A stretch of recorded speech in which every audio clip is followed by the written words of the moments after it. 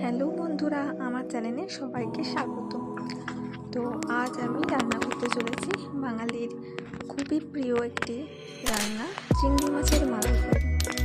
তো প্রথমে আমি মাছটাকে ভালো করে বেছে নিয়েছি, তারপর মশলাগুলোকে আমি পেস্ট করে নিয়েছি। মশলার মধ্যে রয়েছে আদা, রসুন, লঙ্কা, কাজু, মগজদানা এবং নারকেল।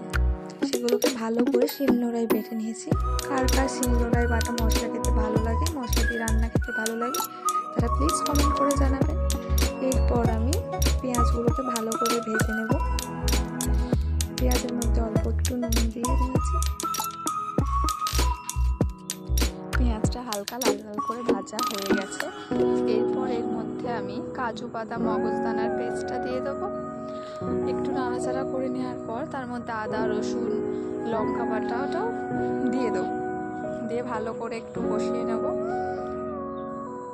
এবার পরিমাণ মতো একটু জল দিয়ে নাড়াচাড়া করে নেব। এর মধ্যে হলুদ গুঁড়ো, পরিমাণ মতো চিনিটা দেবো স্বাদ হওয়ার জন্য এবং কালার হওয়ার জন্য।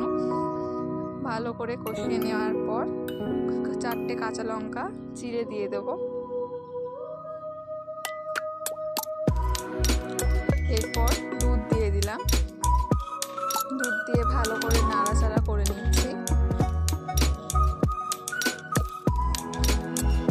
অল্প করে ঘি দিয়ে দেব।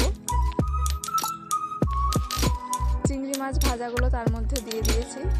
ভালো করে চিংড়ি মাছগুলোর মধ্যে কারিগুলো মাখিয়ে নেব। এর মধ্যে পরিমাণ মতো জল দিয়ে একটু ফুটতে দেব। ব্যাস, তৈরি আমাদের চিংড়ি মাছের মালাইকারি। এর মধ্যে অল্প করে গরম মশলা দিয়ে একটু ফুটিয়ে এবার নামিয়ে নেব। গরম ভাতের সাথে সার্ভ করব। তোমরা সবাই প্লিজ জানিও কেমন হয়েছে।